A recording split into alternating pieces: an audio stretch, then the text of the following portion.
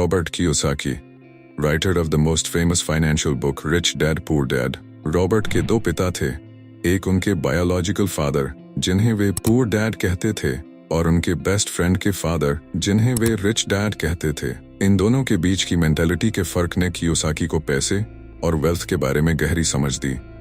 Poor dad का मानना था कि एक सिक्योर जॉब करो, पैसे बचाओ और एक स्टेबल लाइफ जियो, जबकि rich dad financial education, risk लेने और वेल्थ बिल्ड करने पर जोर देते थे। रिच डैड का मेन प्रिंसिपल था don't work for money, make money work for you. ये प्रिंसिपल सिर्फ एक फाइनेंशियल स्ट्रेटेजी नहीं बल्कि हमारी जिंदगी के अप्रोच को बदलने का तरीका था।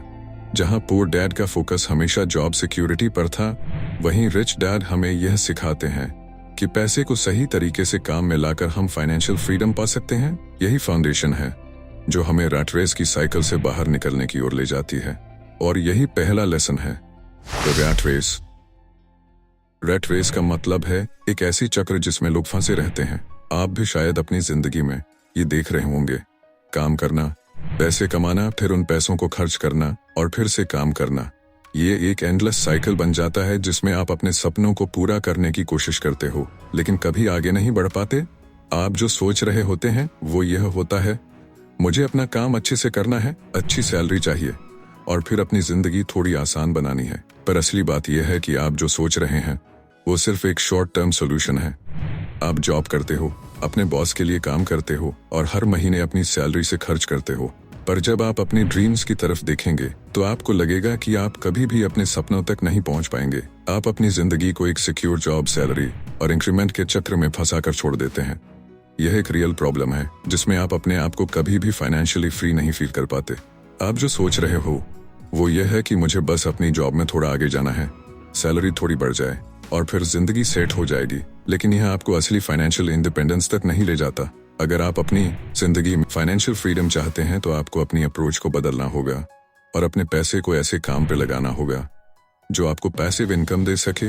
अगर आप सिर्फ अपनी जॉब पर डिपेंड रहेंगे तो यह चक्र कभी नहीं टूटेगा। रिच डैड हमें सिखाते हैं कि इस पैटर्न को तोड़ने का तरीका है पैसे को ऐसे चीजों में इन्वेस्ट करना जो पैसे कमाएं, जैसे रियल एस्टेट, स्टॉक्स या बिजनेस। अगर हम रिच डैड की सलाह माने तो यह साइकिल टूट सकती है और हम पैसे को पर्पस ड्रिवन तरीके से खर्च करना सीख सकते हैं। और जब यह साइकिल टूटता है तब हम फाइनेंशियल इंडिपेंडेंस की ओर कदम बढ़ाते हैं, जो हमें सही तरीके से एसेट्स और लायबिलिटीज के बीच फर्क समझने में मदद करता है। Lesson number 2, assets versus liabilities. Rich dad ने रॉबर्ट को यह सिखाया कि अमीर बनने के लिए सबसे जरूरी चीज है एसेट्स और लायबिलिटीज का फर्क समझना। पुअर डैड और मिडिल क्लास लोग अक्सर लायबिलिटीज में फंसे रहते हैं, जैसे डेब्ट्स, एक्सपेंसिव कार्स या क्रेडिट कार्ड लोन्स। इन चीजों से कोई इनकम नहीं आती बल्कि ये पैसे को खत्म करती हैं। रिच डैड ने एसेट्स की इम्पोर्टेंस को समझाया, वो चीजें जो पैसे कमाती हैं, जैसे रियल एस्टेट, इन्वेस्टमेंट्स और बिजनेस।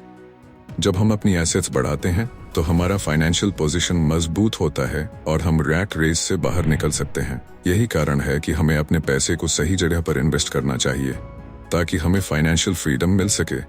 लेकिन यह केवल तभी संभव है जब हम अपने माइंडसेट को बदलें और पैसे के लिए काम करने के बजाय पैसे को अपने लिए काम करने का तरीका सीखें। लेसन नंबर 3, पैसे के लिए काम करने की मानसिकता बदलो। रिच डैड ने यह सिखाया कि पैसे के लिए काम करना बंद करो और पैसे को अपने लिए काम करने का तरीका सीखो। नौकरी पेशा इंसान हमेशा अपनी सैलरी पर निर्भर रहता है, जबकि रिच डैड का कहना था कि साइड बिजनेस, इन्वेस्टमेंट या रेंटल इनकम से एडिशनल इनकम बनानी चाहिए। मान लीजिए कि राज एक सरकारी नौकरी में काम करता है। वह दिन रात अपनी नौकरी में व्यस्त रहता है और हर महीने अपनी सैलरी कमाता है। उसका मानना है कि सैलरी बढ़ने से उसकी जिंदगी बेहतर हो जाएगी। वह अपनी पूरी मेहनत नौकरी में ही लगा देता है और यही सोचता है कि यही उसकी फाइनेंशियल सिक्योरिटी है।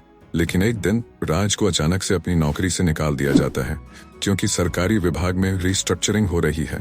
राज के पास अब कोई दूसरा इनकम सोर्स नहीं है। उसकी सारी जिंदगी एक फिक्स्ड सैलरी पर निर्भर थी और अब उसे नए काम की तलाश करनी पड़ती है जो उसे पहले से कहीं ज्यादा वक्त और मेहनत लगाती है। उसे आर्थिक संकट का सामना करना पड़ता है क्योंकि उसकी सैलरी के अलावा कोई दूसरा सोर्स ऑफ इनकम नहीं था।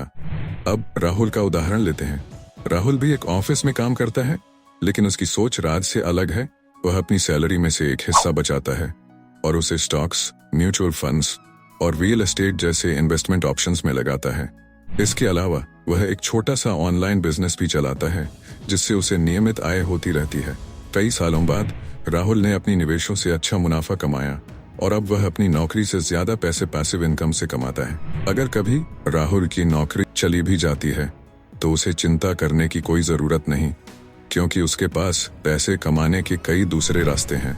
वह आसानी से फाइनेंशियल इंडिपेंडेंस हासिल कर चुका है। राज की तरह अगर आप सिर्फ अपनी सैलरी पर निर्भर रहते हैं तो आपकी फाइनेंशियल सिक्योरिटी सिर्फ एक नौकरी तक सीमित होती है। लेकिन राहुल की तरह अगर आप पैसे को समझदारी से निवेश करते हैं और कई सोर्सेज ऑफ इनकम बनाते हैं तो आपको कभी भी आर्थिक संकट का सामना नहीं करना पड़ेगा। पैसे के लिए काम मत करो, पैसे को अपने लिए काम करने दो। यही रिच डैड का सिद्धांत है जो आपको आर्थिक स्वतंत्रता की ओर ले जाता है। लेसन 4, आर्थिक शिक्षा का महत्व। रिच डैड का मानना था कि स्कूल हमें डिग्री जरूर देता है लेकिन फाइनेंशियल एजुकेशन नहीं देता। हम स्कूल से डॉक्टर, इंजीनियर या टीचर तो बन सकते हैं, लेकिन यह नहीं सिखाया जाता कि पैसा कैसे कमाया जाता है। अगर आप अमीर बनना चाहते हैं तो केवल नौकरी करना और पैसा कमाना काफी नहीं है। आपको यह भी समझना होगा कि पैसा कैसे काम करता है, उसे सही तरीके से कैसे इन्वेस्ट किया जाए और टैक्सेस को समझदारी से मैनेज कैसे किया जाए। रिच डैड ने बताया कि अमीर लोग टैक्स लॉज को अच्छे से समझते हैं। वे कॉर्पोरेशन का इस्तेमाल करते हैं ताकि अपने प्रॉफिट्स को रीइन्वेस्ट कर सकें। वे जानते हैं कि एसेट्स खरीदने से टैक्सेस पर कंट्रोल कैसे पाया जा सकता है। वे ऐसे निवेश करते हैं जो उन्हें टैक्स बेनिफिट्स देते हैं, जैसे रियल एस्टेट डेप्रिसिएशन या government approved savings plans. Rich dad कहते हैं कि अगर आप टैक्सेस और फाइनेंशियल लॉज को नहीं समझते तो आप हमेशा सिस्टम के नीचे दबे रहेंगे। इसीलिए फाइनेंशियल लिटरेसी में निवेश करें और सीखें कि 1.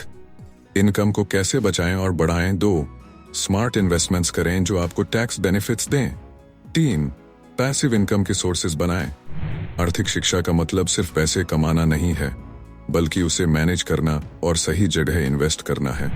साथ ही टैक्स को समझदारी से मैनेज करके आप अपने पैसे को और बढ़ा सकते हैं। रिच डैड का यह प्रिंसिपल है, पैसा बचाना ही नहीं बल्कि उसे बढ़ाना और सही तरीके से इस्तेमाल करना सीखो ताकि सिस्टम को अपने लिए काम में ला सको। लेसन 5, जोखिम उठाने की हिम्मत।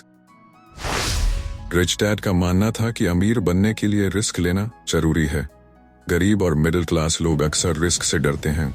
उनका मानना होता है कि पैसा बचाना ही सबसे सही तरीका है, लेकिन वे इस बात को नहीं समझते कि केवल बचत करने से कभी वेल्थ नहीं बनती। गरीब मानसिकता वाले लोग हमेशा फेलियर के बारे में सोचते हैं।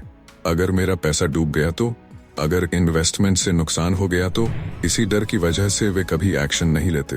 अमीर मानसिकता वाले लोग रिस्क को एक अपॉर्चुनिटी की तरह देखते हैं।